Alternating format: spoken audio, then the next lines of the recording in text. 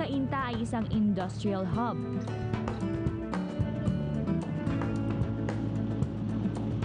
Noon pa man, kilala na sa isang native delicacy ang Cainta. At yun ay ang kakanin.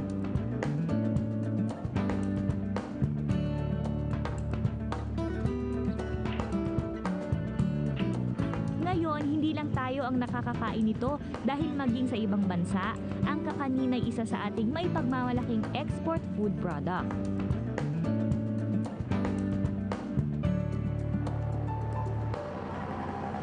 Sa kalyeng ito, nakakatuwang pansinin at tabi-tabi ang tindahan ng mga kakanin.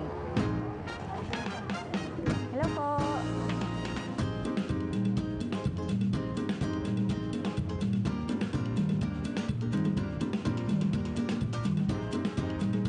Kung kayo ay magagawi sa bahaging ito ng Cainta, naku, siyak mabubusog ang inyong mga mata sa dami ng pwedeng pagpiliang merienda.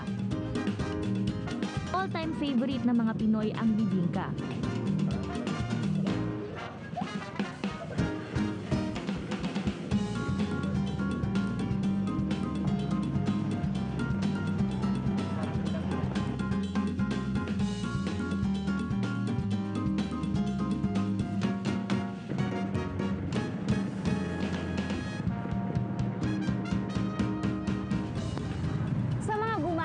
Nagtitinda ng kakanin. Sinasabing pinakamatanda sa mga ito ay ang tindahang ito ni Aling Kika.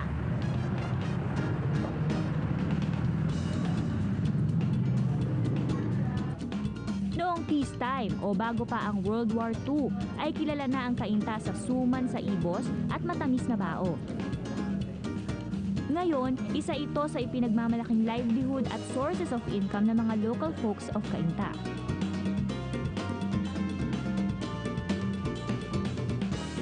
Mula sa simpleng suman sa ibos, nadagdagan pa ang mga kakaning ito, katulad ng sapin-sapin, bibingka, kutsinta, pichi-pichi at maha blanca. Di nga ba't nabansagang bibingka capital of the world ang bayang ito ng Cainta? Pinaniniwalaang nanggaling sa Indian cuisine ang pagluluto ng bibingka, sa impluwensya na rin ng mga sepoy na kasamang naninirahan sa lugar na ito. Nagmula ito sa salitang Indian na bebinka, na kilala rin bilang bibik. Ito ay matamis na kakanin na gawa sa harina, gata ng niyog at ghee, isang sangkap ng mga Indian. Yan ang orihinal na sangkap ng unang bibingka na ginawa sa Cainta. Pero ngayon kasi, maraming version na ang nagsulputan. Pero talaga namang katakam-takam pa rin. Sir Benji, gano'n na po katagal tong inyong tindahan? Ano pa, nung ayan pa yung bahay, oh. Oh, yan pa yung ito na rin po yung lugar na yan. Opo. Yan po yung nakatayo dito dati. Sino po ba yung nagpasimula? Sino po nagpasimula ng inyong tindahan? Si Aling Kika. Alam niyo Si po, Mother. nanay niyo? Opo. So ngayon pinagpapatuloy niyo ng mga kapatid niyo po? Or pinasanan niyo sa inyo? Hindi naman, kasi nandiyan pa siya. Buhay pa naman siya, malakas pa rin.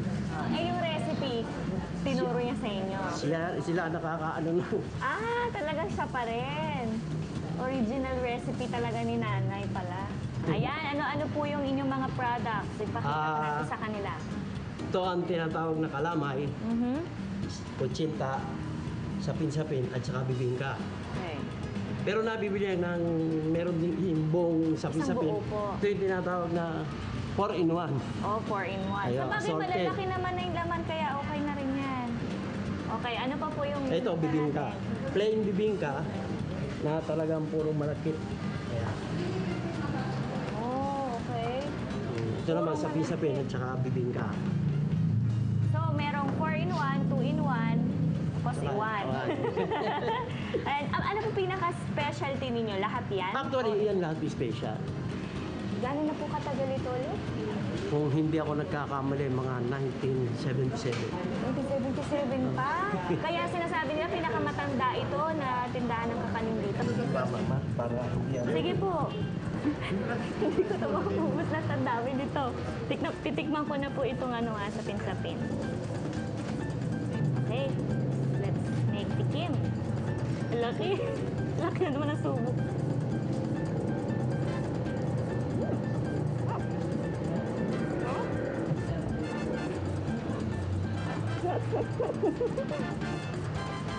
Ano pala kaya ito yung lubo ko? Ito yung homemade. Homemade, makapuno. Oo. Mas ano to. Kaya, Ang patamis lalo. Kung may makapuno, tikman natin. Ang harap. Talagang special. Next is the... ano po, yung... bibingka Bibingka. Bibingka, malapit. Sarap ng kutsinta. kaya Sarap.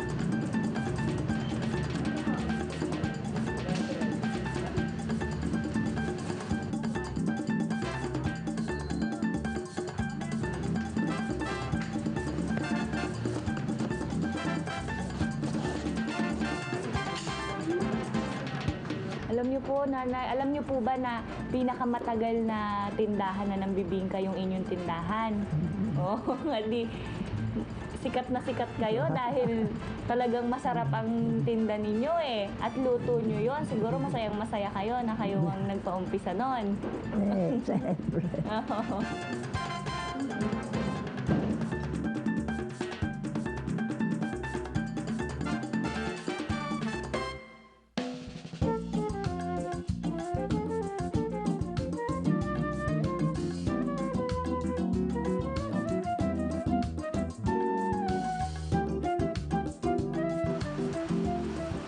Para sa mga naghahanap ng dakong mapaglilibangan kasama ang mga mahal sa buhay, may mga ilang resorts na matatagpuan dito sa Cainta. Isa na rito ang Cassandro Garden Resort.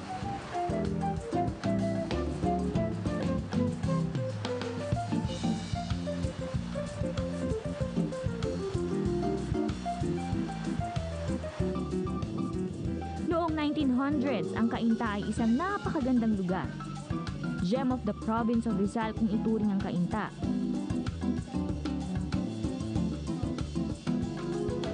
Malagubat pa kasi ang Cainta noon. Maraming puno at napaka-presko talaga ng hangin. Malilinis pa ang mga ilog dito.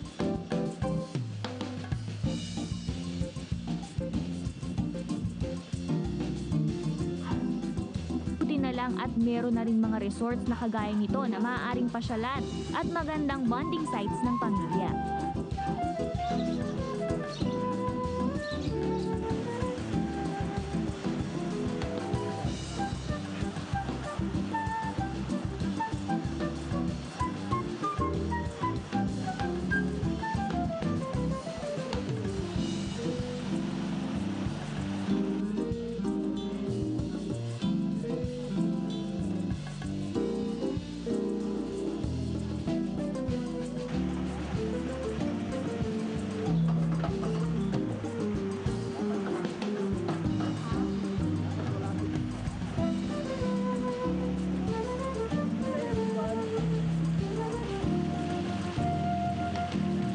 Bagong Cainta. Yan ang isipan sa likod ng pag-usad ng bayan na ito upang panindigan ang pagiging pangunahing bayan sa lalawigan ng Rizal. At makikita ito sa pagiging kaakit-akit ng bayan ng Cainta sa mga investors na dumarayo rito at nagtatayo ng kanilang negosyo. Sana'y nasiyahan kayo sa hatid naming episode ngayon dito sa Landmarks. Hanggang sa muli, magkita-kita po tayo ulit next week para bisitahin ang iba pang mga lugar at para kilalanin ang tatak nito sa ating lahi at kultura. Ako po si Faye at ito ang Landmarks. Bye!